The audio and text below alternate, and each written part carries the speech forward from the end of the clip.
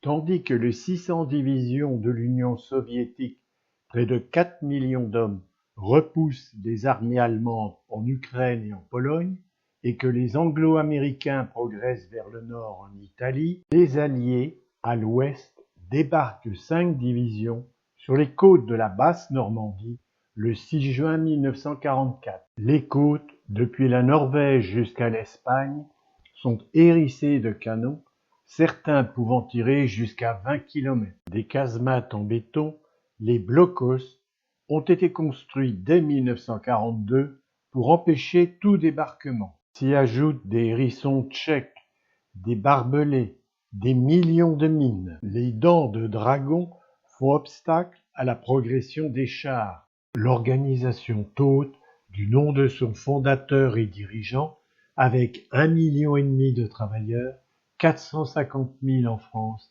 assure la construction des ouvrages. Depuis 1943, tous sont des travailleurs forcés. Certains sont des déportés, comme le montre leur tenue rayée. La tentative de débarquement sur Dieppe le 19 août 1942 a été un désastre. Elle révèle que l'attaque frontale d'un port, depuis la mer, est vouée à l'échec. Il faut débarquer sur les plages. À Casablanca, au Maroc, en janvier 1943, Churchill, Premier ministre du Royaume-Uni, et Roosevelt, président des États-Unis, ont décidé le débarquement en Normandie. Le nom de code en est Overlord. Le général américain Eisenhower, en décembre, est nommé commandant suprême des forces alliées. 1 million d'hommes rassemblés dans le sud de l'Angleterre.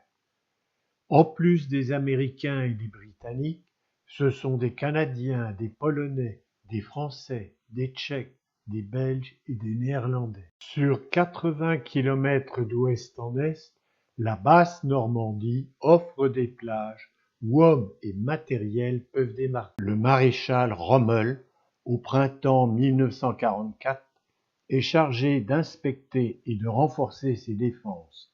Il multiplie les inspections et divers obstacles le long des côtes. D'énormes poutres ou des pieux aiguisés en acier empêchent de débarquer à marée haute. Pour venir à bout de tous ces obstacles, des chars sont construits en Angleterre spécialement équipés. Ainsi, les Donald Duck ont une jupe de toile gonflable pour pouvoir flotter. Les Hobart's Funnies jettent des fagots de fascines pour combler les fossés anti-chars. Les Churchill Bobbins déroulent un film de toile sur le sable mou pour que les chars ne s'y enfoncent pas. D'autres ont un rouleau garni de chaînes. Tournant à toute vitesse, les chaînes se tendent et font exploser les mines pour dégager un passage. Ce char est en caoutchouc. Toute une armée fictive est rassemblée dans le sud-est de l'Angleterre. Des rubans métalliques largués dans les airs renvoient au radar des échos d'avions. Trompés, les Allemands conservent 27 divisions en Norvège. Tous leurs espions en Angleterre sont retournés. 70 000 tonnes de bombes sont larguées sur la Normandie. Elles visent les voies ferrées, les ponts, les gares de triage. Des villes sont durement touchées, ainsi Rouen. Les résistants multiplient les sabotages pour empêcher l'arrivée des renforts allemands.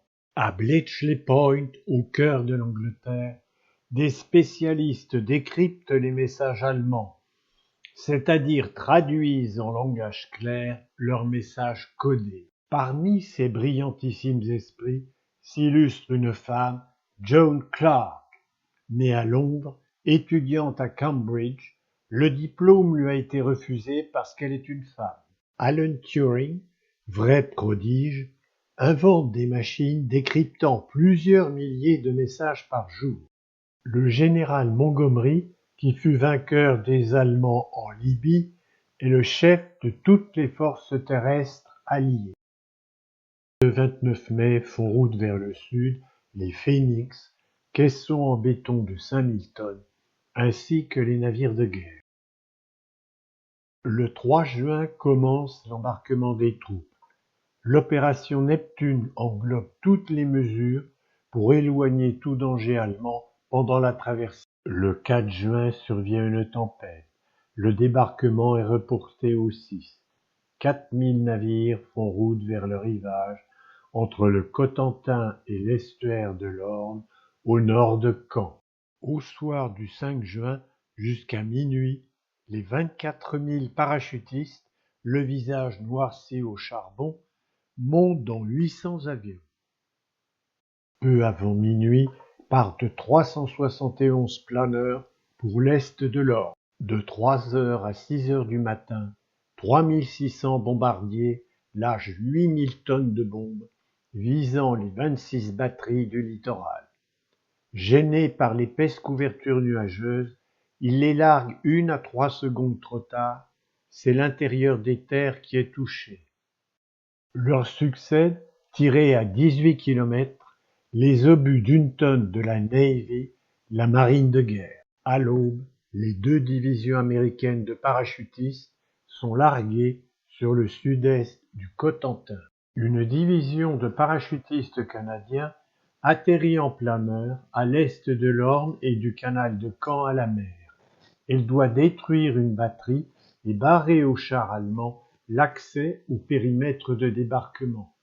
Dans ce but, ils doivent couper 5 ponts sur la Dive, un pont sur l'Orne et le pont sur le canal, le Pegasus Bridge. Les 5 plages de débarquement, pour les 5 divisions de soldats à pied, ont pour nom de code Utah et Omaha pour les Américains, Gone, Juno et Sword pour les Britanniques. Arrivés en vue du rivage, les soldats doivent quitter les bateaux, sauter dans les LCT, les péniches de débarquement.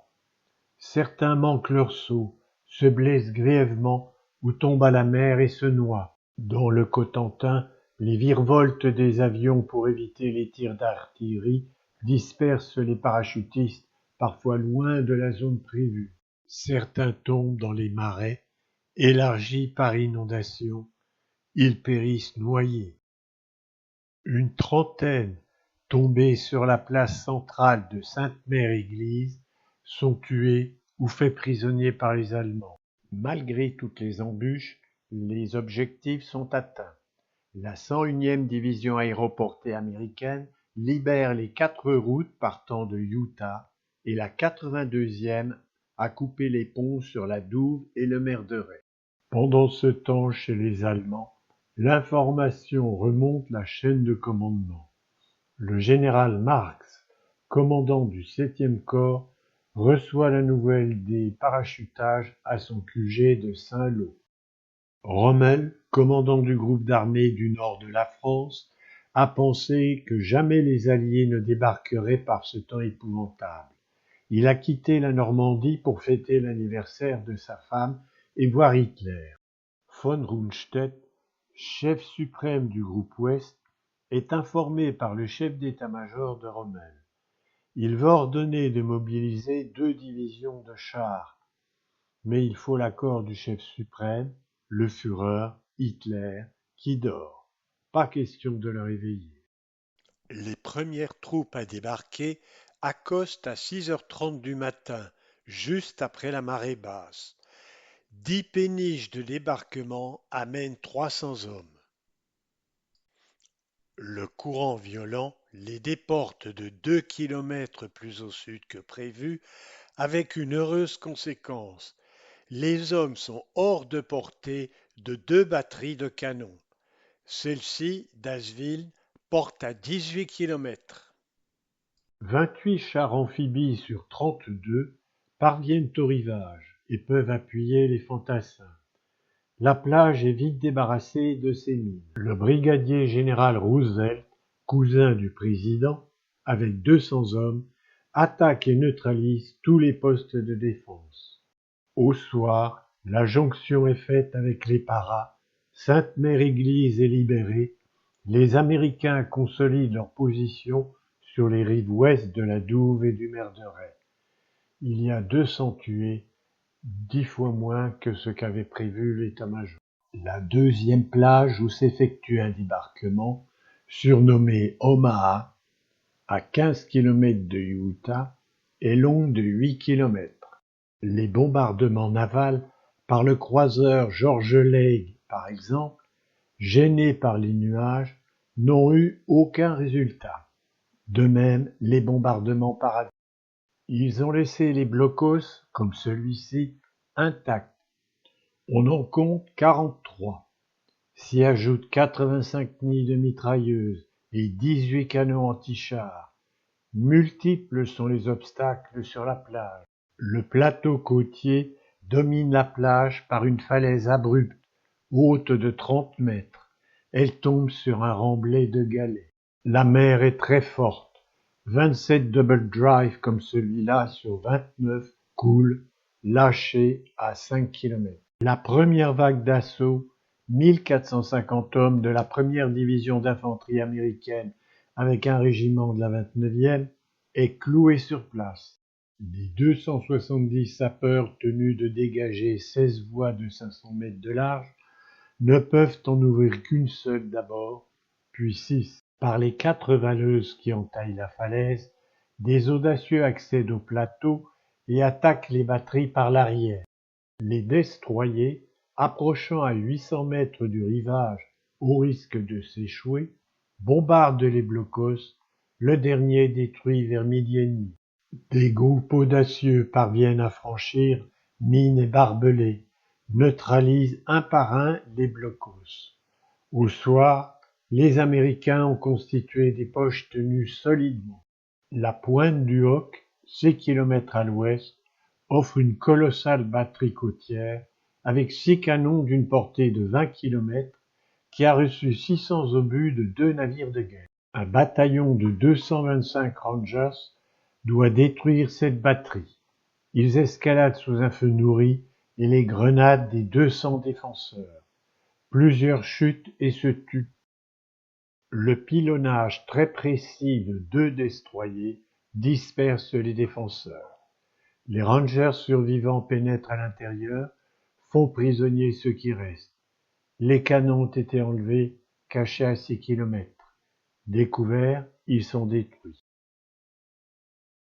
Les 3 autres plages n'offrent pas les mêmes difficultés, ni marécages comme à Utah, ni falaises abruptes comme à Omaha. Dans les troupes qui y débarquent, les Britanniques sont les plus nombreux, constituant 2 divisions, à Gold et Sworth. Mais à Juneau, la division canadienne comporte des combattants des pays envahis par l'Allemagne. Cette deuxième armée britannique est commandée par le général Miles Dempsey. Distingué pour son courage durant la Première Guerre mondiale, puis sa conduite dans la poche de Dunkerque en 1940, adjoint de Montgomery à El Alamein, celui-ci le choisit pour sa compétence dans la coordination des différentes forces. 2 heures de bombardement naval, commencées 40 minutes avant le lever du jour, viennent à bout de tous les postes de défense. La seule batterie encore en état, celle de Longues-sur-Mer avec 4 canons portant à 20 km, est réduite au silence par 2 obus du croiseur français Ajax. Vers 11 heures, les sapeurs dégagent des passages, les renforts peuvent quitter la plage, les chars fenés appuient les fantassins qui viennent à bout des dernières défenses. Juneau, 4e secteur, large de 8 km, sur Courseulles, Bernières et Saint-Aubin, est attribué aux Canadiens de la 4e division. Le débarquement, prévu à 7h35, a lieu à 8h30. La 3e division canadienne, donc, avec un commando britannique, doit atteindre Carpiquet et son aérodrome à l'ouest de Caen. Le courant est violent, la mer démontée, le vent d'ouest déchaîné pousse la marée montante plus haut que prévu, dissimulant des obstacles.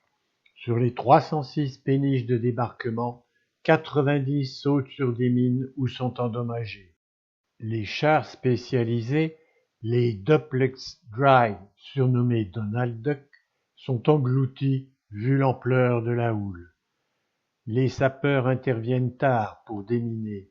Les chars sont débarqués après l'infanterie. Celle-ci reste sans protection.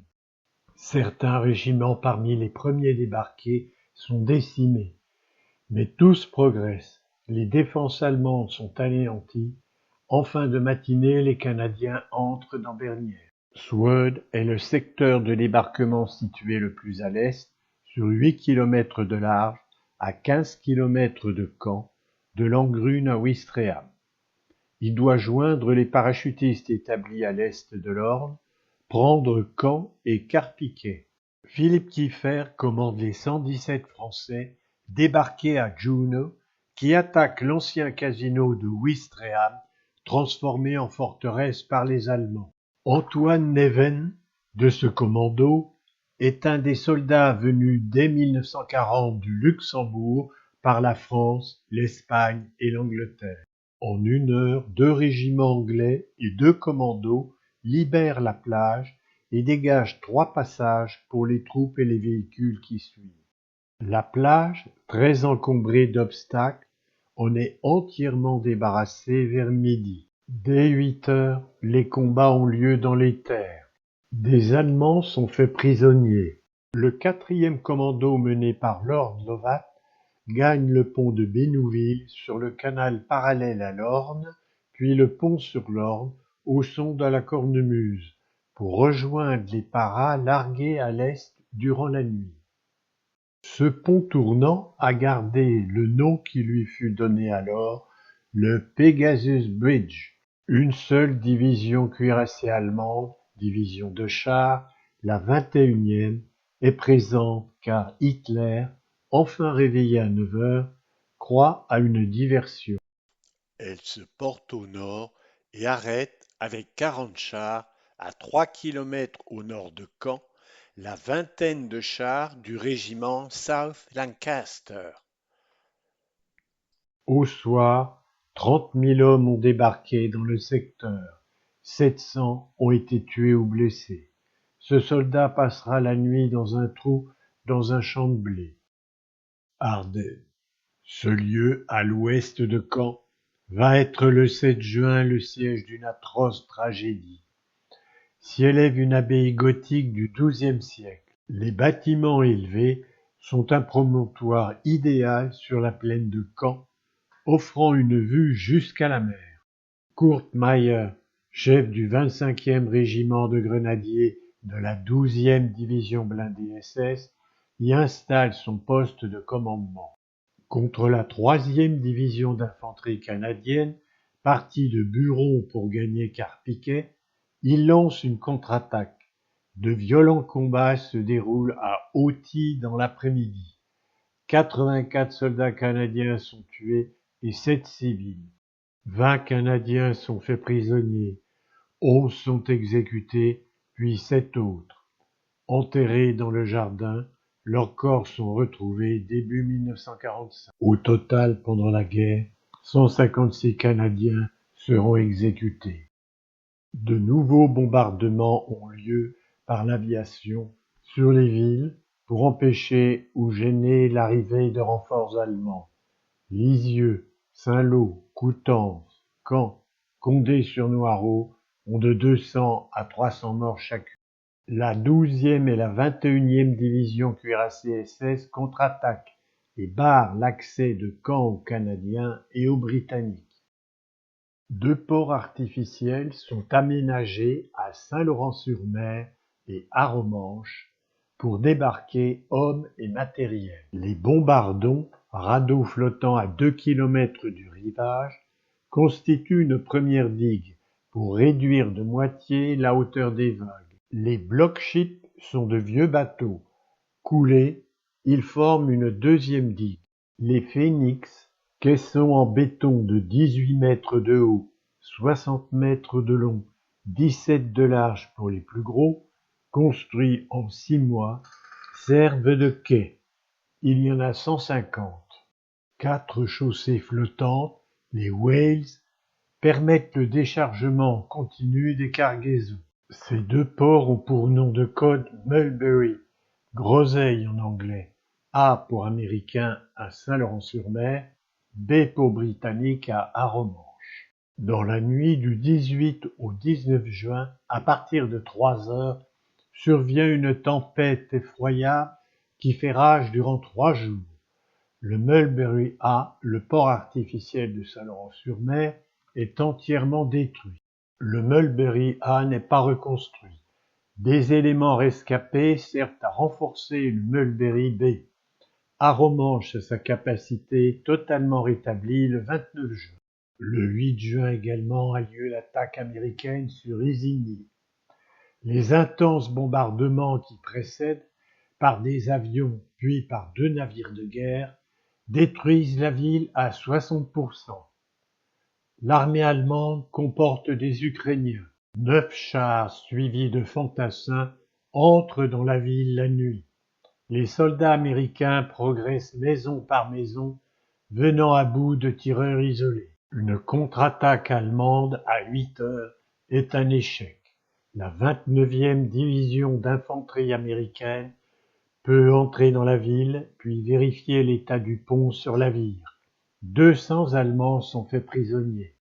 Le 9 juin, les 2 bataillons de Rangers qui ont pris la pointe du Hoc ont l'ordre de prendre la batterie de Maisy qui menace à la fois Utah et Omaha avec ses 4 canons Schneider de 1940. Elle tombe après 5 heures de durs combats. Le même jour, ces 3 assauts, plus un bombardement par le cuirassé Nevada, qui viennent à bout de celle d'Asville, 4 casemates avec 700 mètres de galeries souterraines et une garnison de 170 hommes, à 2 kilomètres de la mer. Le général Bradley, commandant des troupes américaines, décide la jonction entre Utah et Omaha. Il faut pour cela libérer des Allemands la ville de Carentan. La 101e division aéroportée américaine a ordre de prendre la ville et de détruire tous les ponts et les voies ferrées. La ville a subi d'énormes bombardements aériens les nuits du 5 au 6 juin et du 6 au 7. Le 8 juin est plus calme. Le 9 juin, aux tirs de l'artillerie américaine, ripostent ceux des Allemands. Les habitants restent bloqués dans leurs caves. Le lendemain, le général Maxwell Taylor lance l'assaut de la 101e division aéroportée sur Carentan. Après un nouveau bombardement le 12 juin qui déchaîne un feu d'enfer, elle encercle la ville et 3 régiments s'en emparent. Les Allemands, à court de munitions, se retirent. Le général Dollmann, commandant de la 7e armée allemande, ordonne à la 17e division blindée SS de se porter sur Carentan pour la reprendre. Basée à Thouars, elle gagne la Normandie, roulant de jour comme de nuit malgré les attaques de l'aviation alliée. Pendant ce temps, le secteur britannique s'élargit. Dans Bayeux, évacué dès le 6 juin par les Allemands, les Britanniques de Juno entrent sans combat. La ville est intacte, 3 hôpitaux y sont aménagés. Port-en-Bessin, malgré ses 3 postes de défense, est enlevé de haute lutte par le 47e commando dans la nuit du 7 au 8 juin. Au lever du jour, la jonction s'opère avec les Américains. À l'est du périmètre de débarquement, Caen, toujours aux mains des Allemands, reste l'objectif prioritaire. 2 attaques frontales ont échoué. Montgomery, chef de toutes les forces terrestres, envisage donc une attaque en tenaille à l'ouest et à l'est de cette ville. Il prévoit un parachutage au sud pour boucler le cercle. Le Chief Air Marshal Mallory, commandant des forces aériennes, le refuse. Il estime que, dispersés sur un trop grand périmètre, les paras seront inefficaces et que les pilotes seraient trop exposés à l'artillerie. Les défenses allemandes ont reçu un renfort considérable avec l'arrivée de la Panzerlehrdivision, la division blindée d'instruction, rassemblant 3000 chars et véhicules. Fritz Bayerlein, son commandant, l'amène sur 400 kilomètres éprouvants sous les tirs des avions alliés, depuis Châteaudun jusqu'à l'ouest de Caen. Une unité du 1er corps britannique attaque le 9 juin à partir de la tête de pont de l'Orne. La farouche résistance et les contre-attaques des Allemands amènent l'abandon le 13 juin de l'opération. Les Canadiens de Saint-Aubin-sur-Mer progressent vers Queyron. Par de furieux combats contre la 12e Panzer-SS, ils prennent Lasson, Raux et Rozay. Le 9 juin, la 50e division d'infanterie est au nord-est de Tilly face à la Panzerlehr. Celle-ci, avec des éléments de la 12e division blindée SS, contre-attaque. Une compagnie britannique est anéantie. Tilly sera prise et reprise 23 fois, le 19 juin, définitivement par les Britanniques. 80 civils sont tués. Une simple haie peut servir d'abri à ceux qui ont fui le village. Le 11 juin, le 5e corps britannique reçoit de nouveaux objectifs. Caumont et la côte 192. Des essais de prendre le village au soir du 12 sont repoussés par les Allemands. À l'aube du 13 juin, les chars américains attaquent. La défense allemande est acharnée puis cède à 9 heures. La 22e brigade blindée entre à Villers-Bocage parmi une population en liesse. Le 11 juin, le 5e corps britannique reçoit de nouveaux objectifs. Caumont et la côte 192. Des essais de prendre le village au soir du 12 sont repoussés par les Allemands. À l'aube du 13 juin, les chars américains attaquent. La défense allemande est acharnée, puis cède à 9 heures. La 22e brigade blindée entre à Villers-Bocage parmi une population en liesse. De Villers, les chars britanniques reçoivent l'ordre d'occuper la côte 213 dans des bois au-dessus de la route menant à Caen, puis gagner par cette route Noyer-Bocage et Évrecy. 5 chars Tigre du 101e bataillon SS de chars lourds venant du nord-est ont le même but. Ils détruisent les 12 chars et half-track britanniques. Michael Wittmann, en tête de ces chars, gagne ensuite Villers-Bocage. Dans la bataille de rue, des chars Tigre sont détruits par les antichars britanniques, mais les soldats de la 7e division blindée britannique sont exténués. Les Britanniques se replient plus au nord. 72 pièces d'artillerie américaine stoppent les contre-attaques allemandes. L'opération Perch est un désastre. Le front n'est pas percé. Les Britanniques ont perdu 400 hommes, les Allemands 1 millier. Les Américains ayant réuni Utah et Omaha, solidement implantés dans le sud-est du Cotentin, poursuivent vers le nord dans la péninsule pour libérer Cherbourg, seul port en eau profonde. Le général Collins, à la tête du 7e corps, comptant 3 divisions, lance la 9e division d'infanterie à l'assaut des points fortifiés de la côte Est à partir du 12 juin. Avec le soutien de l'aviation et de l'artillerie, un régiment neutralise celui qui est au nord de Ravenoville, un autre celui de Fontenay-sur-Mer, un troisième à Hauzeville. Défendu par toutes sortes de batteries telles des lance-roquettes, Kinéville est pris le 14 juin vers 21h30 après une journée de combat. Les forces se portent ensuite vers l'ouest. Collins veut couper en deux le Cotentin pour priver les Allemands du nord de la péninsule de tout renfort venant du sud. 2 divisions d'infanterie et la 82e division aéroportée atteignent Bouberville, approchent Saint-Sauveur-le-Vicomte. Prendre ce village est primordial pour s'assurer du pont qui franchit la Douve. Les canons de 88 allemands le bombardent une semaine entière pour détruire le pont. Après bombardement, Un premier assaut le 16 juin à 5 heures du matin est un échec. Le deuxième assaut, appuyé par un bataillon de chars, réussit. Les Allemands se replient. La 82e division aéroportée franchit la Douve, établit un périmètre défensif. Le 17 juin à 5 heures du matin, Saint-Sauveur-le-Vicomte est entièrement libéré. Les combattants repartent aussitôt vers l'ouest pour atteindre la côte.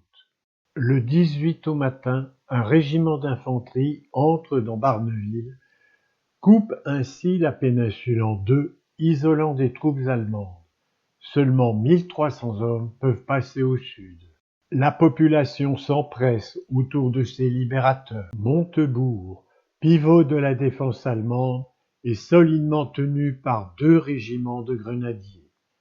2 régiments américains s'avancent, un le 10, contre-attaqué le soir, un autre le 13.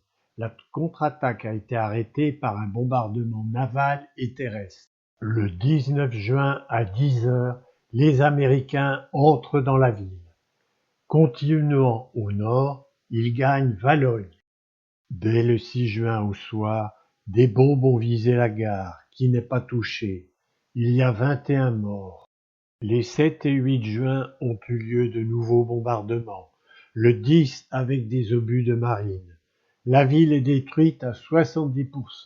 Sur une centaine des beaux hôtels particuliers du XVIIIe qui lui avaient valu son surnom de Petit Versailles normand, 60 ont été détruits. Les décombres rendent impossible la circulation. Le 19 au soir, un régiment se place à l'est de la ville. Le 20 pénètre les patrouilles de reconnaissance. La ville est vide, évacuée des Allemands et de ses habitants. Le général von Schlieben dispose de 21 000 hommes pour défendre la forteresse Cherbourg. Un cinquième sont des Russes et des Polonais. Un tiers est hors du périmètre défensif de la ville. 76 canons protègent la place forte. La 9e division d'infanterie américaine opère à gauche et progresse. La 79e au centre a 3 régiments qui bousculent le front, mais la 4e, à droite, se heurte à une farouche résistance. Le 27 juin, toute résistance cesse dans Cherbourg. Les Allemands multipliaient les destructions pour rendre le port inutilisable. Ils ont coulé des bateaux dont les carcasses encombrent les bassins. Ce seront des semaines de remise en état qui seront nécessaires pour que le port de Cherbourg soit à nouveau opérationnel. Le premier bateau entrera le 9 août seulement. Reste à réduire les 6500 combattants de La Hague à l'extrémité nord-ouest du Cotentin. 2 régiments de la 9e division d'infanterie du général Barton attaquent. Le colonel Kyle se rend le 1er juillet. Il y a 6000 prisonniers.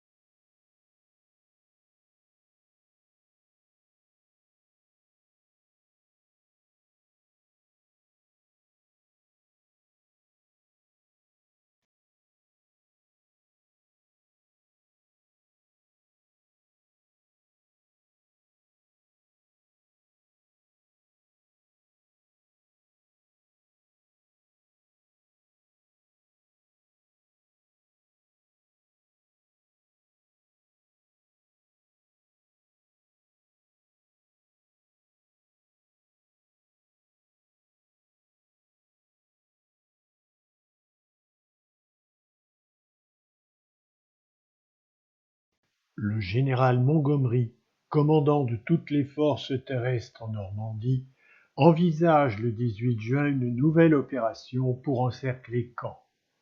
Nom de code Epsom.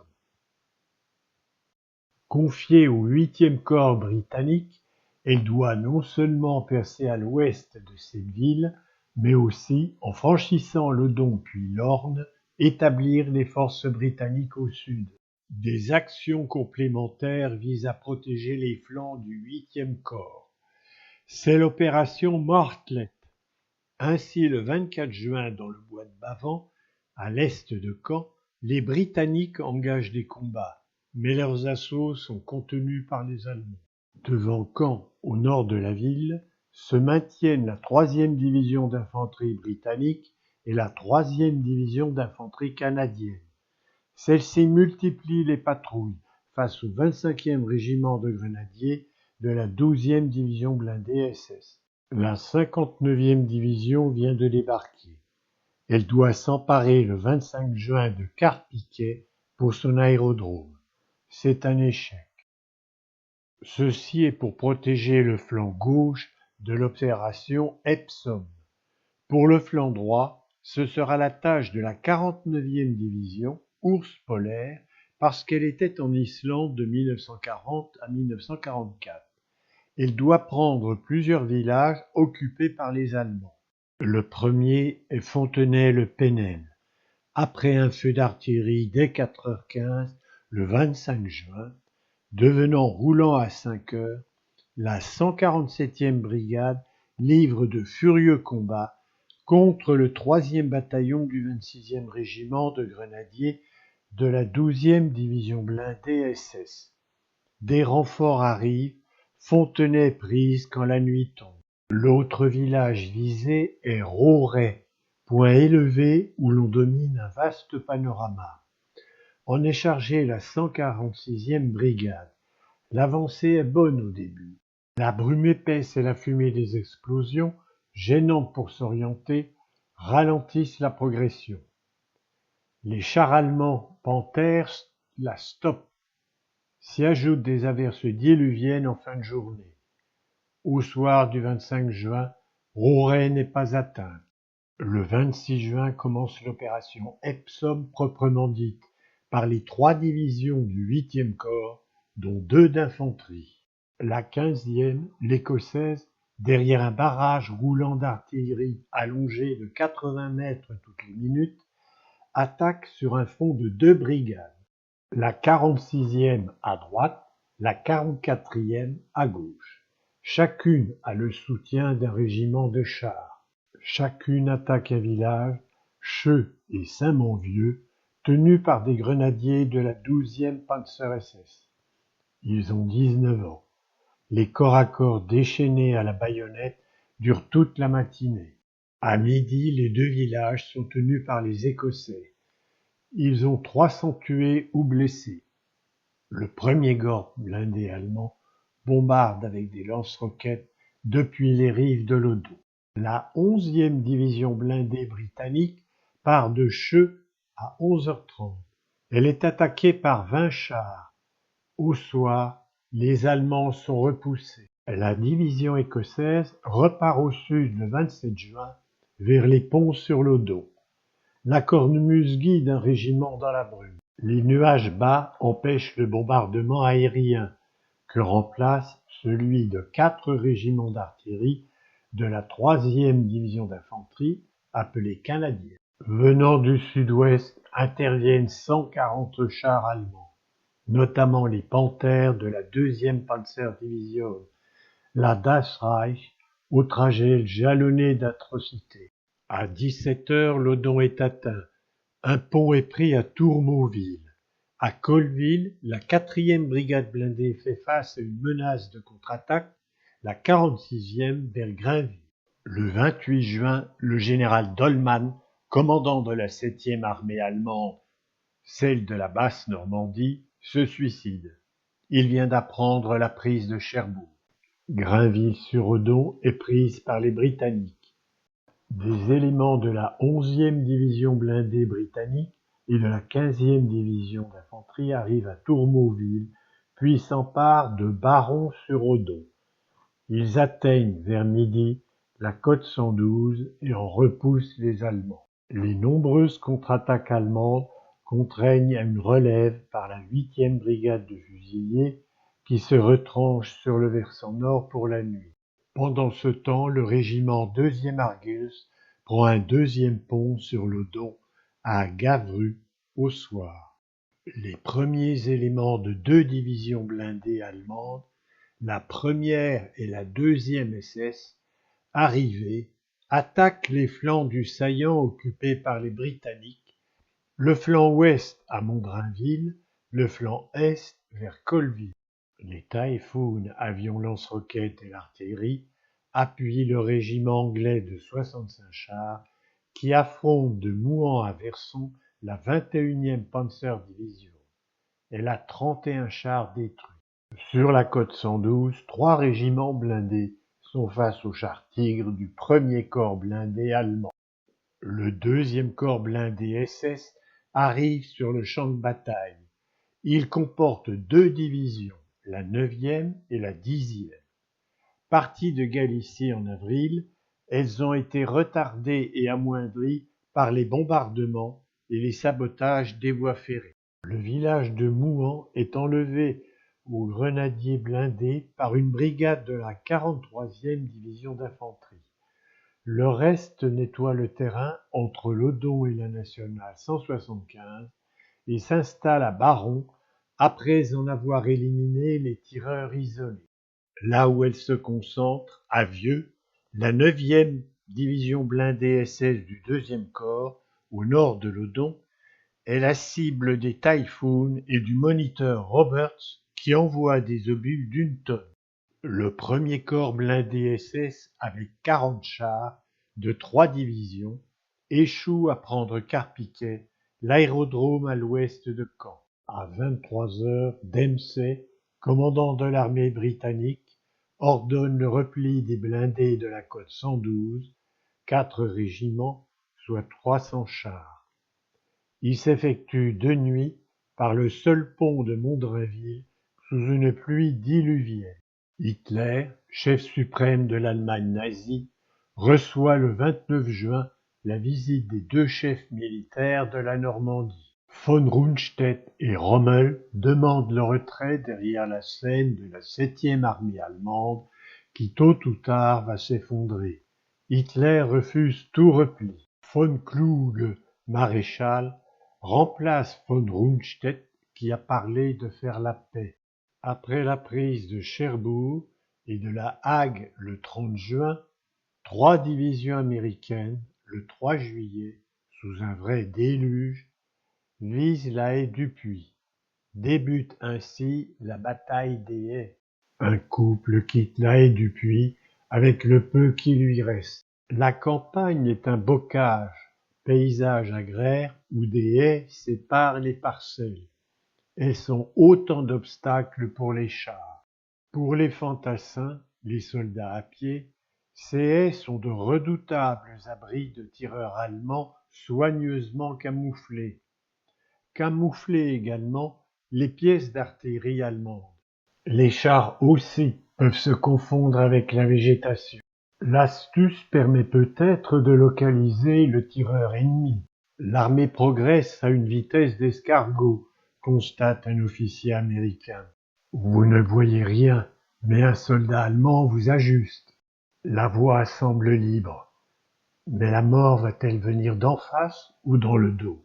Un peu de terrain péniblement gagné, on creuse un trou sur place pour passer la nuit.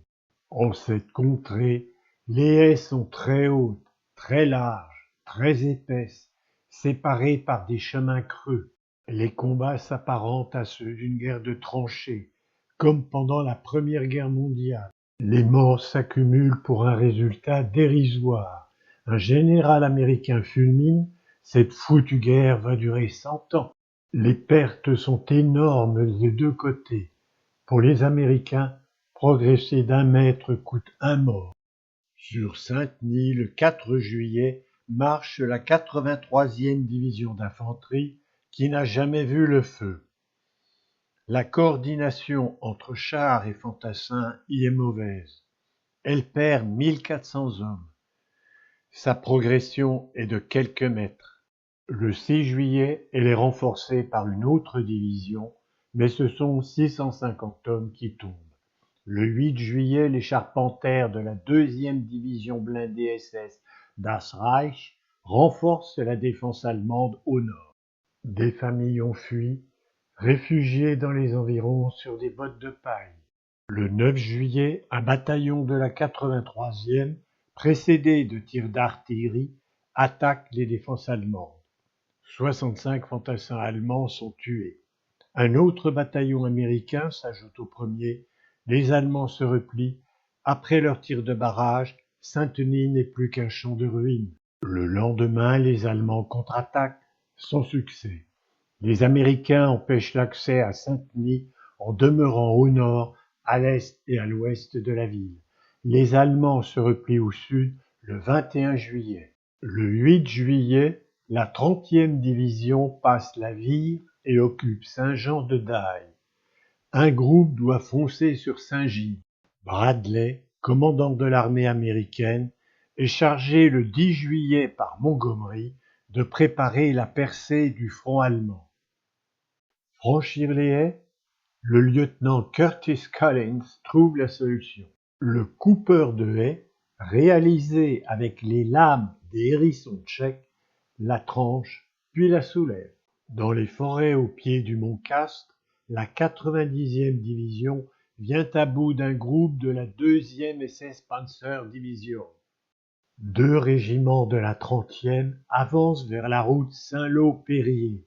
Le 11 juillet, la Panzerlehr contre-attaque avec 40 chars. Les tanks destroyers américains et les avions chasseurs bombardiers détruisent ces chars. La Panzerlehr a 600 morts.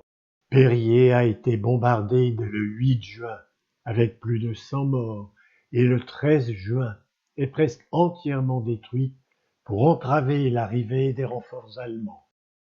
Des combats redoublés sur la rive gauche de la Vire amènent les Américains aux abords de Saint-Lô. Il faut arracher aux Allemands les hauteurs au nord-est et à l'est de la ville. Ceux-ci, toujours maîtres dans la guerre des haies, cèdent difficilement du terrain. Le 18 juillet, une colonne blindée, partie le 17, arrive au centre-ville. Les troupes allemandes sont en déroute. Le 19, la 35e division entre à son tour, relayant la 29, épuisée. Totalement détruite, Saint-Lô est, comme l'a dit Beckett, la capitale des ruines. De cet amas informe émergent des femmes et des enfants. Pendant ce temps, à l'est du front, une nouvelle tentative a lieu pour s'emparer de Carpiquet et de son aérodrome. C'est l'opération Windsor à l'ouest de Caen. Il est défendu par une seule compagnie de la 12e SS Panzer Division, établie dans de profondes tranchées, avec lance-roquettes et charpentères en appui. Les Canadiens disposent d'un arsenal colossal, avec 12 régiments d'artillerie pour le barrage roulant, 8 d'artillerie moyenne et un lourd, plus le vaisseau de guerre Rodney qui prépare l'assaut avec ses tirs depuis 25 km. Un régiment de chars fléaux pour dégager les mines, plus un de Havre et un de chars crocodile lance-flammes, plus mortiers lourds et mitrailleuses, complètent la panoplie. L'attaque débute le 4 juillet à 5 heures par 3 régiments dont un de chars, sur et le long de la route de Caen, plein est. Le flanc sud-ouest est couvert par la 43e division d'infanterie depuis Fontaine et Toufour, objectif Verson. Les soldats du régiment La Chaudière, parvenus sur la cible, engagent un sanglant corps à corps. Les chars crocodiles interviennent contre les postes de tir enterrés et les fortins non détruits par l'artillerie. Mais les PAC, les anti-chars allemands, tiennent bon face aux chars anglais qui doivent se replier et les Winnipeg également. Ignorant leur échec, le régiment Queen's Own Rifle se lance dans le village. Des jerrycans d'essence enflammée vidés dans les bouches d'aération des casemates obligent les jeunesses hitlériennes à en sortir. Les soldats du régiment Winnipeg foncent sous la mitraille vers les hangars, atteints à 10 heures, neutralisant nombre d'avant-postes. À 14h30, le Royal Winnipeg et les chars spéciaux du génie atteignent les hangars. Les 2 compagnies sont arrêtées par les tirs d'armes automatiques et de mortiers. Ceux des Typhoons n'éliminent pas les défenses. À 17h, 12 chars Panthers et des lance-roquettes à 2 km attaquent les 400 hommes du Winnipeg Rifles qui doivent se replier, comme les Wessex chassés de Verson. Une brigade sur Carpiquet forme le Hérisson pour la nuit.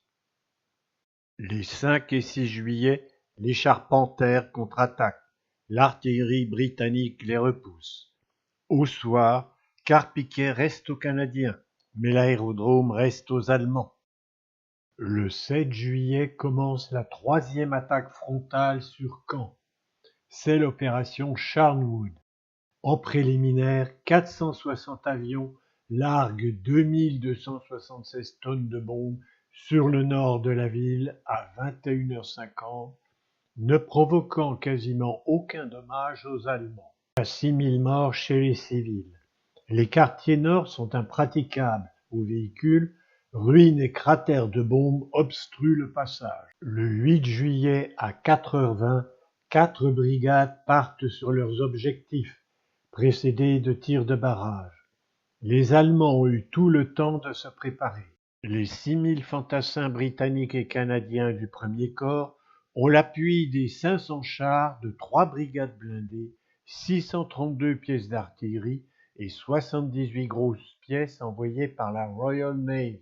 L'ennemi, loin d'être ébranlé par les bombardements, résiste avec détermination. Il est solidement retranché dans des positions soigneusement camouflées. Les combats au centre sont acharnés à Labijude et à Galmanche.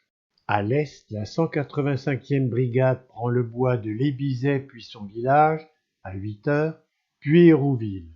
L'Orne est atteinte vers 13h par le 2e régiment royal d'Ulster. Il est guidé par le groupe de résistance Camarone. Ce nom est celui d'un résistant corse qui s'est suicidé pour ne pas parler sous la torture. Les combats de rue se continuent toute la journée. Plus de 10 000 personnes sont réfugiées au lycée, à l'hôpital, dans les églises. Plusieurs s'abritent dans l'église de l'abbaye aux hommes, Saint-Étienne. Une charrette à cheval apporte le ravitaillement. Seule dans cette désolation, une vieille dame se laisse conduire. Après un bombardement massif par 450 avions, 2 régiments canadiens attaquent l'aérodrome de Carpiquet le 7 juillet. Après des combats acharnés tout le 8, ils en sont maîtres le 9 juillet. Pour contenir les Américains sur l'ouest du front, Rommel retire 3 divisions blindées du sud-ouest de Caen. 2 divisions d'infanterie les remplacent. La Panzerlehr également part à l'ouest. Se prépare une nouvelle attaque par le 8e corps vers la côte 112, point culminant du plateau entre l'Odon et l'Orne, auquel il a fallu renoncer à la fin d'Epsom. Nommée Jupiter, cette opération part des rives de l'Odon le 10 juillet à 5h du matin. Le château de Fontaine-et-Toutefour est pris par 2 bataillons du régiment Dorset. Bien cachés dans les blés, les grenadiers du 29e régiment de la 10e SS opposent une défense opiniâtre sur la côte 112. Depuis 6h20 toute la journée s'y déroulent des combats acharnés. Les corps à corps multiplient les cadavres dans les tranchées allemandes, malgré les chars enterrés. De Fontaine, le 4e régiment Dorset marche sur Etterville, à 2 km, derrière le tir de chars Churchill. Il atteint le village. Un déluge d'obus s'abat sur le village, dont l'accès est bloqué. Les blessés s'entassent dans les vergers. À 8h15, de son côté, le 7e régiment Hampshire, plus une compagnie et un escadron de chars, avance sur Malto. Les canons de 88 allemands les arrêtent. Le 4e Dorset vient à la rescousse, mais ils sont encerclés.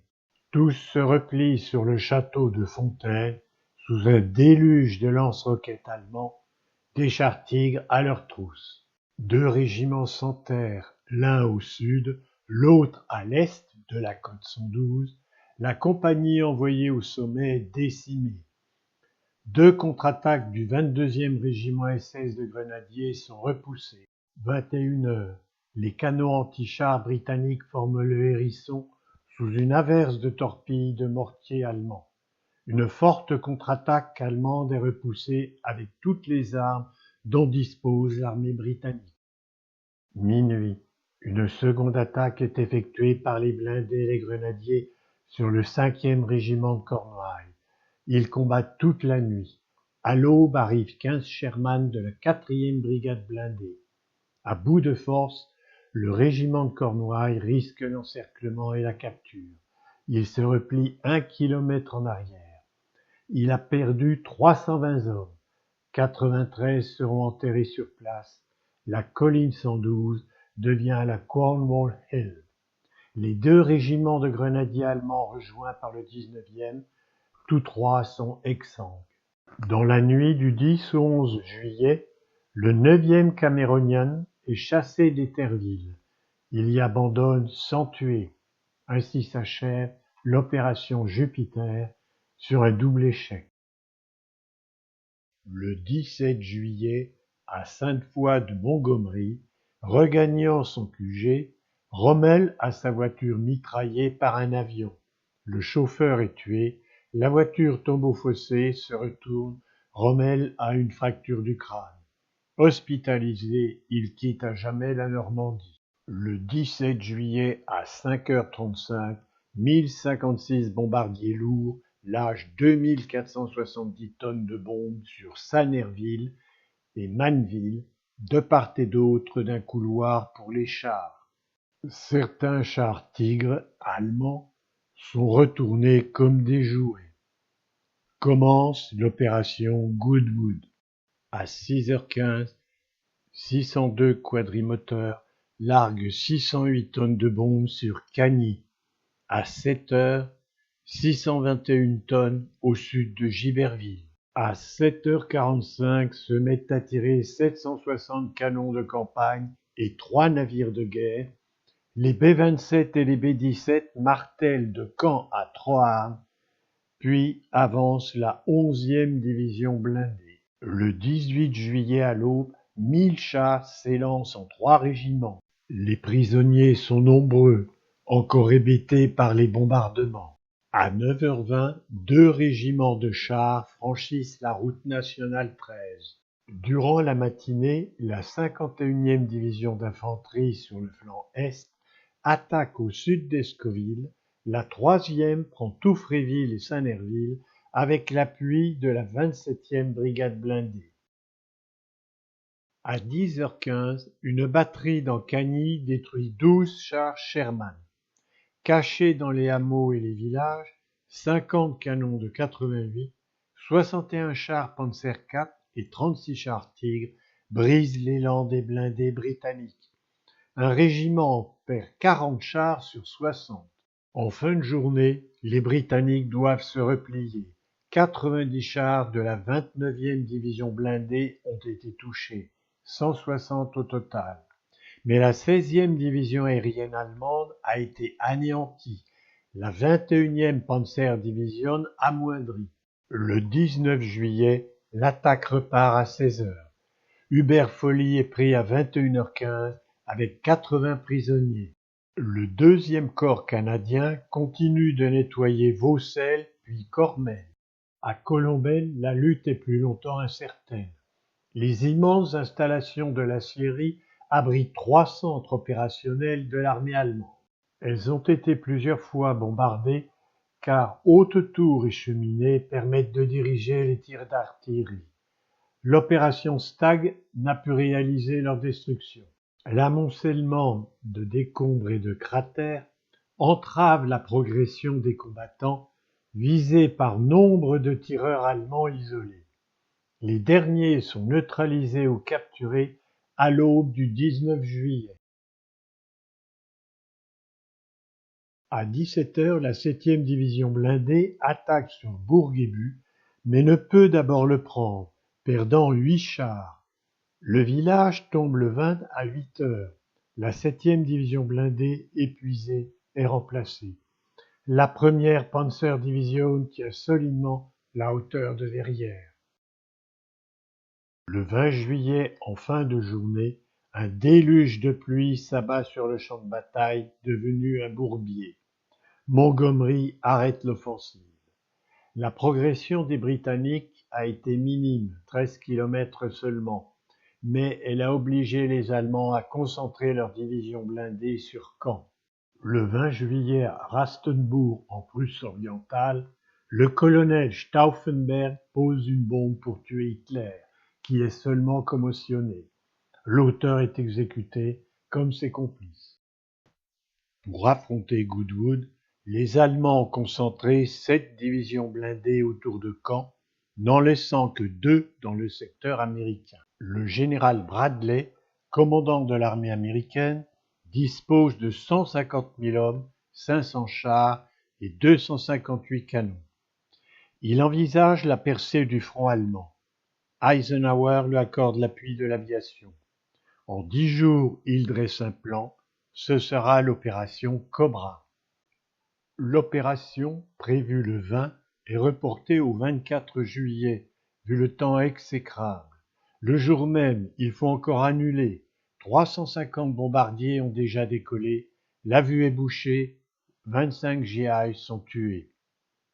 Le 25 juillet, 1500 avions déversent 60 000 bombes sur 8 kilomètres le long de la route Périer-Saint-Lô. 1800 hommes de la Panzerlehr sont hors combat. À Cerisy, 14 civils sont tués. Le village de la Chapelle-en-Jugé est rayé de la carte. 4 divisions d'infanterie américaines, suivies de 2 divisions de chars, se ruent dans la brèche. Les civils fuient les combats. Des groupes de grenadiers s'accrochent. Des combats sont encore nécessaires dans quelques localités.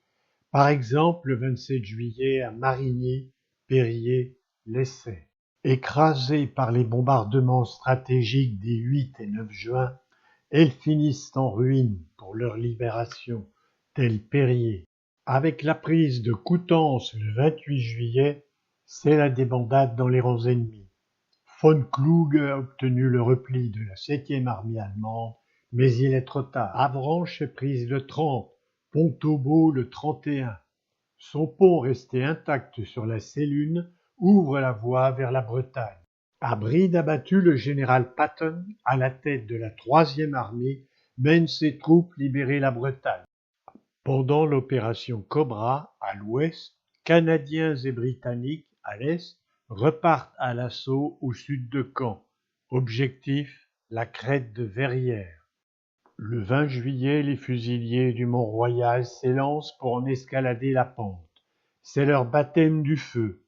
Les 2 compagnies, derrière un barrage roulant d'artillerie, avancent sur les fermes précédant Verrières, la compagnie B sur Beauvoir, la compagnie C sur Trotteval. Dès qu'ils approchent de Verrières, toutes sortes de tirs s'abattent sur eux. Des chars ennemis contre-attaquent. Les Canadiens se retrouvent encerclés. Le lendemain, les 2 compagnies sont anéanties. Le 24 juillet, à 18 heures, 9 régiments d'artillerie bombardent sur toute la ligne de Saint-Martin-de-Fontenay à La Hogue. Puis un tir de barrage précède 2 brigades, la 5e sur Saint-André, la 6e sur Beauvoir. Le 25 juillet, à 3h30, à la lumière de projecteurs braqués sur les nuages, les compagnies C et D partent à l'assaut. Un dédale de tranchées, de fusils mitrailleurs et de mortiers attend les 2 compagnies. Les renforts envoyés sont abattus d'eux-mêmes. 15 chars Sherman sont détruits. Au soir du 25, les rescapés se replient et redescendent sur Bourguibu. À l'ouest de la nationale 148, les galeries des mines de fer permettent aux Allemands de se dérober puis d'attaquer dans le dos à l'improviste. Le 24 à 17 heures à Saint-André-sur-Orne, les Cameron of Canada affrontent les grenadiers de la 272e division d'infanterie allemande, revenus s'infiltrer par les galeries. Il leur faut toute la nuit, au prix de 77 tués et blessés. Les Calgary Highlanders arrivent à 8 heures. 4 compagnies subissent les tirs allemands d'armes automatiques. Elle creuse des tranchées sur Saint-Martin-de-Fontenay, harcelée par les mitrailleuses. Sur Fontenay-sur-Orne filent les voltigeurs du Black Watch of Canada. Assommés par l'artillerie allemande, encerclés, ils doivent se rendre à 13 heures. Il a perdu la moitié de son effectif. De Bourguébu, le 31 juillet, de nuit, le Calgary Highlanders marche sur Tillier-la-Campagne en ruine, précédé d'un implacable barrage d'artillerie contre des grenadiers de la première division blindée SS, habilement camouflés. À l'aube, précédés de chars Sherman, les Royal Scots Greys mitraillent les ruines, se ruent sur les décombres. 2 chars sautent, les tirs ennemis fusent de partout. L'assaut reprend à 11 heures, repoussé par mortiers et Panzerfaust. C'est durant ces combats qu'est tué le plus jeune soldat allié, le Canadien Gérard Doré. Il n'avait pas 16 ans. Comme l'opération Spring, Bluecoat veut retenir le maximum de divisions blindées allemandes loin d'Avranches, là où les chars américains déferlent depuis Cobra. L'attaque aura lieu entre Caumont-les-Ventés et Noyer-Bocage. Le terrain est très accidenté, coupé de vallées encaissées. Les pommiers parsèment les prairies que séparent des haies hautes et épaisses.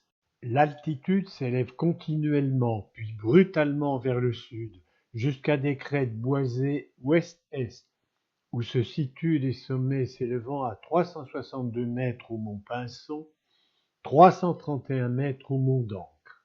2 corps d'armée interviennent, appuyés par 1 millier de chars et 700 chasseurs. Le 30e corps à l'est doit s'établir au mont Pinson. Le 8e corps, sur le flanc droit à l'ouest, a pour objectif Vire. Le 29 juillet, 1000 bombardiers pilonnent les villages et les défenses allemandes qui sont peu touchés. Toute la nuit, les démineurs s'affairent à dégager les passages. Le 30 juillet à 7 heures, depuis Caumont-les-Ventés, s'élance la 15e division d'infanterie britannique, l'Écossaise. Elle reçoit l'appui de la 11e division blindée britannique, soit 200 chars Churchill, la 6e brigade en avant-garde. Les Allemands n'opposent que 2 divisions d'infanterie, avec de nombreux auxiliaires polonais, russes et des Asiatiques d'Asie centrale. Pour les renflouer, von Kluge ordonne à la 21e Panzerdivision SS, très diminuée, de quitter sa base à l'est de l'Orne pour gagner le secteur. Il faut souvent écarter une branche de pommier. Parfois celle-ci déverse une avalanche de pommes à cidre dans la tourelle du tank. Les chaos sur cette succession de pentes assomment des équipages. À 8h30, les Allemands capitulent au bois de Lutin, à midi au 7-Vent. À 16h, la côte 309, autre point fortifié allemand, est bombardée, puis occupée. 3 chasseurs de chars Panthère surviennent, détruisent 14 chars Churchill. La côte 309 est abandonnée. Le lendemain à l'aube, les chars des Coldstream Guards retournent occuper la côte 309. Dès 5h30, obus et mortiers pleuvent sur la butte. Puis arrive la 21e division blindée SS, renforcée de chars lourds, les Tigres II. C'est au soir l'artillerie qui conserve aux Britanniques le terrain gagné. Ce 31 juillet, la 11e division blindée britannique, vers midi, entre dans Saint-Martin-des-Bezasses. Sur la Souleuve, une rivière encaissée, un régiment de cavalerie de la garde trouve un pont resté intact. Il est à la jonction de 2 corps d'armée allemands. Ce pont sera nommé Cavalry Bridge en l'honneur de ce régiment, mais aussi pont du taureau, le taureau étant son emblème. Avertie, la 11e division blindée fonce sans tarder, traverse la Ferrière à Arran sans obstacle et franchit le pont. Au soir du 31 juillet est établie une tête de pont à la côte 205, près de Béni-Bocage, pendant que le Coldstream Guards occupe le tourneur et que les Allemands évacuent la côte 309. Le tourneur est pris sans destruction. Pendant ce temps, le 30e corps doit gravir les pentes menant au mont Pinson. Toute la nuit du 30 au 31 juillet, les Royal Engineers dégagent des couloirs dans les mines. Les chars Fléau achèvent le travail. À 6 heures du matin, les 2 brigades de la 50e division, Wessex, s'élancent à l'est. À 8 heures, c'est la 130e brigade de la 43e division. Cagnes est prise dans l'après-midi au prix de furieux corps à corps. Puis Saint-Pierre-du-Frêne dans la nuit. La 50e division d'infanterie ne progresse plus, à moins de 2 kilomètres du départ le 31 juillet. La 7e division blindée, engagée trop tôt, s'en mêle avec la 43e. Le 2 août, une colonne de la 7e division blindée rencontre une vive résistance de la 9e division blindée SS et n'avance plus. Le général Buckner, commandant du 30e corps, est limogé, car Montgomery s'impatiente. Le général Horrocks le remplace. Blessé aux poumons, aux intestins, à l'estomac en Afrique du Nord, hospitalisé 14 mois, il est de nouveau sur pied. Le général Erskine, à la tête de la 7e division blindée, est également limogé. Au commandement suprême de l'armée allemande, Jodl préconise son retrait derrière la Seine. Hitler le refuse pour garder les bases de sous-marins. Le 2 août, la 11e division blindée entre dans Béni-Bocage, qui n'a pas subi de destruction. La 9e Panzerdivision SS, venue du front oriental, très diminuée mais complétée par des groupes de blindés, empêche désormais toute progression à l'est de la ligne Vire-Montchauvet. Le 3 août à 1 heure du matin, Hitler décide de raccourcir le front au sud-ouest de Caen. Villers-Bocage est évacué le 4 août, Aulnay-sur-Odon le 5, la côte 112 est abandonnée. Le 5 août, la 43e division d'infanterie britannique attaque au sud du mont Pinson, appuyée par la 7e division blindée. En face, les Allemands multipliaient les mines et les nids de mitrailleuses. Le 6 août, après un bombardement, 7 chars parviennent au sommet du mont Pinson dans l'après-midi. Ils sont suivis par l'infanterie. L'artillerie et l'aviation brisent plusieurs contre-attaques. La station de guidage aérien est occupée. Bluecoat a pris fin lorsque Vire est libéré par les Américains. La ville fut affreusement bombardée à 2 reprises le 6 juin. Il y eut 400 morts. Elle fut la proie des flammes durant 15 jours. Les fantassins américains livrent des luttes acharnées, maison par maison, dans la nuit du 6 au 7 août. C'est le 8 août au soir qu'elle est entièrement libérée.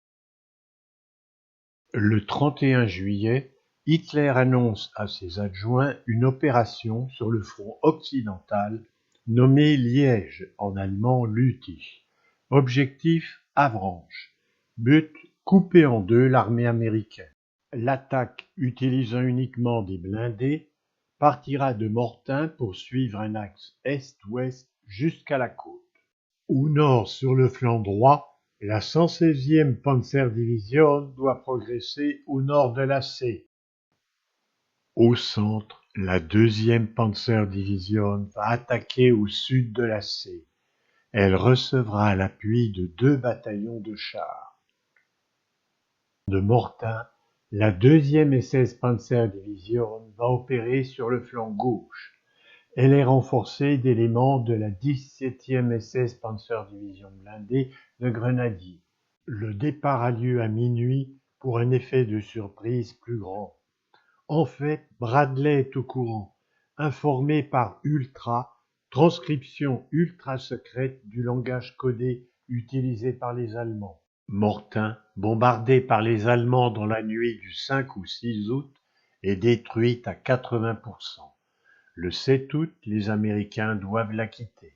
C'est au centre que la progression est la plus forte. La 2e Panzerdivision, avec des éléments de 2 autres, occupe le Ménil-Tov peu avant le lever du jour, puis le Ménil-Adlai au matin du 7 août. La brume étant levée vers midi, les chasseurs bombardiers décollent et détruisent les chars allemands. À l'aile droite, la 116e Panzerdivision est arrêtée par la 9e division d'infanterie, largement dotée en antichars. Son commandant est remplacé. Au sud, les positions du 120e régiment d'infanterie américain sont emportées près de Saint-Barthélemy par la 2e division blindée SS Das Reich qui atteint Milly. Elle est renforcée des grenadiers de la 17e Panzerdivision SS. Elle est arrêtée avant d'atteindre Juvigny. L'après-midi du 7 août, Hitler demande de renouveler l'attaque en ajoutant des renforts. La 9e, la 10e et la 12e SS Panzerdivision ont ordre de rejoindre la 7e armée et celle-ci d'attaquer dès leur arrivée. Le 2e bataillon du 120e régiment d'infanterie se retrouve encerclé sur la côte 314 à l'est de Mortain. Le commandant a été fait prisonnier. Le capitaine Reynold Eriksson prend le commandement.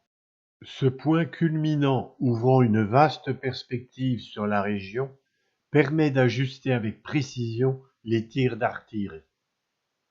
Les 700 GIs encerclés survivent en franchissant en secret les lignes allemandes pour obtenir des vivres dans les fermes proches. 2 largages de vivres et de plasma échouent. On leur propose de se rendre. Eriksson refuse. Le 12 août, des éléments de la 35e division d'infanterie les délivrent. Plus de 300 hommes sont morts, blessés ou disparus. Le 8 août, von Kluge met fin à l'opération Lüttich. Le 11 août, les Allemands quittent Mortain pour gagner Alençon. Ce même jour se déclenche l'opération Total Eyes au sud de Caen, en direction de Falaise. Elle est l'œuvre de la première armée canadienne du général Crérard. Il a sous ses ordres 2 corps britanniques et 2 groupes d'artillerie, le premier corps commandé par le général Crocker, le deuxième corps par le général Simons. Celui-ci, tirant des leçons des échecs rencontrés par les Britanniques, prévoit une attaque de nuit par clair de lune artificielle. Autre nouveauté, l'infanterie est transportée sur des canots automoteurs désarmés, surnommés kangourous, transportant 15 fantassins chacun. Leur chemin est celui des chars, dégagés des mines par les Flames et balisés dans la nuit par les traceurs de DCA. Enfin, le bombardement préliminaire ne vise pas toute la zone d'attaque, mais seulement ses flancs. Le 7 août à 22h55, 1019 bombardiers larguent plus de 3000 tonnes de bombes sur May et Fontenay à gauche du périmètre d'attaque et sur Laog et Sequeville à droite. À 23h40, les projecteurs s'allument. Des milliers de traceuses dans le ciel donnent l'axe d'avancée. Pourtant, vu les nuages de poussière, plusieurs unités s'égarent. Le South Saskatchewan arrache Rocancourt à des Allemands hébétés par le bombardement. Les Cameron of Canada arrachent Fontenay, puis sont encerclés par des chars allemands. 2 compagnies plus un escadron rétablissent la situation. Les fusiliers du Mont-Royal attaquent à May-sur-Orne et sont violemment repoussés. Les chars Churchill lance-flammes annihilent toute défense, mais est pris à 5 heures le 8 août. Partie de Cormel, la 3e brigade blindée du 2e Northamptonshire attaque Saint-Aignan de Craménil à 6 heures et le prend. 90 Allemands sont faits prisonniers, mais les tirs de mortier allemands reprennent au lever du jour. La 152e brigade attaque Tilly-la-Campagne, défendue par la 89e division d'infanterie allemande, qui s'accroche dans les ruines. Les troupes allemandes résistent à 2 régiments. Il faut 2 assauts d'un escadron en supplément pour s'emparer de Tilly à l'eau. L'avancée sur Kangourou montre son efficacité également pour prendre Garcelles, Secqueville, Saint-Saulnier, Saint-Sylvain, autres villages à l'est de la nationale 158. C'est le général Majek qui commande la première division blindée polonaise. Elle s'établit à l'est de la route nationale 158 le 8 août. À l'ouest, c'est la quatrième division blindée canadienne. Avant leur départ pour l'attaque, 620 Liberator et B-17 larguent 1500 tonnes de bombes. Certaines tuent des Canadiens et des Polonais. À 13h55 démarrent deux divisions blindées sans artillerie. Un régiment de reconnaissance blindé atteint Saint-Ouen. Bretteville-sur-Laize tombe à 16h.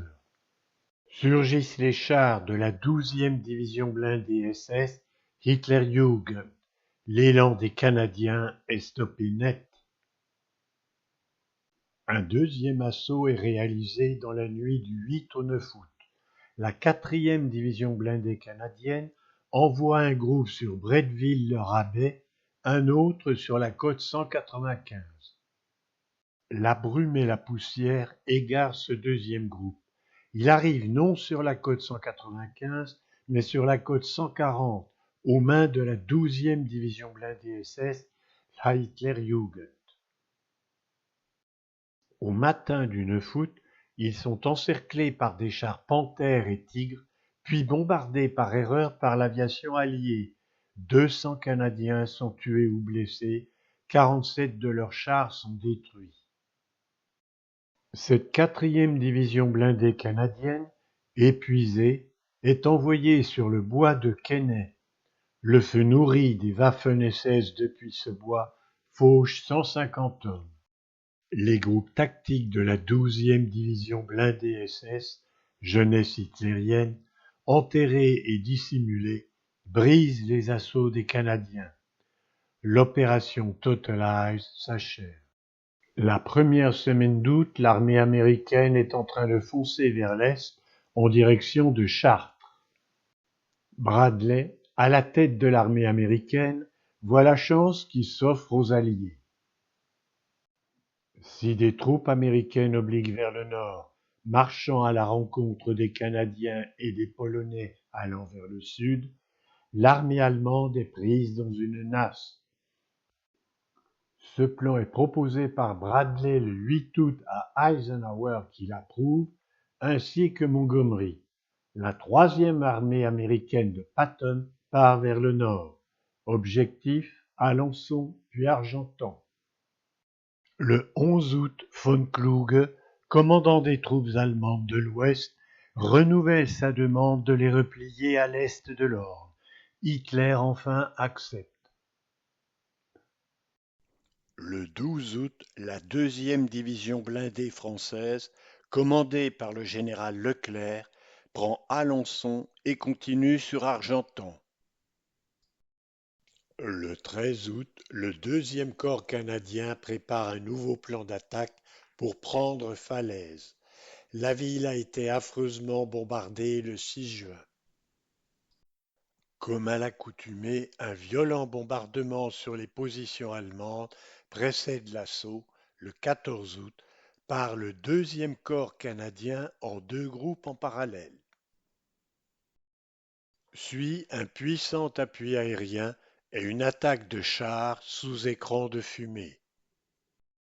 Ces chars sont conduits par 16 000 Polonais. C'est le général Stanislas Majek qui les commande.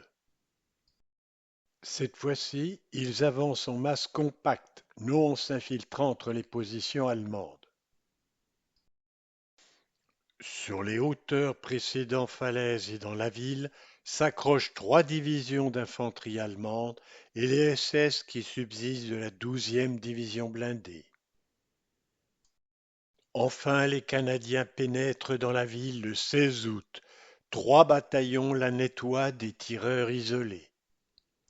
L'église de la Trinité, refuge de nombreux civils, est la cible de l'artillerie allemande durant la nuit du 16 au 17. L'ultime poche allemande est l'École normale supérieure de filles. L'entourage d'Hitler pense que von Kluge était complice de l'attentat du 20 juillet. Il est sans liaison radio pendant 12 heures le 15 août, étant pris sous un bombardement. Hitler le soupçonne de contact avec les Alliés, le destitue et le convoque en Allemagne. Le 17 août, von Kluge s'empoisonne aux environs de Metz. Avant même la maîtrise totale de la ville, le deuxième corps canadien se hâte vers le sud, à la rencontre des Américains, pour refermer le piège sur les Allemands. Les Américains ont ordre d'atteindre Argentan et d'y opérer leur jonction avec leurs alliés.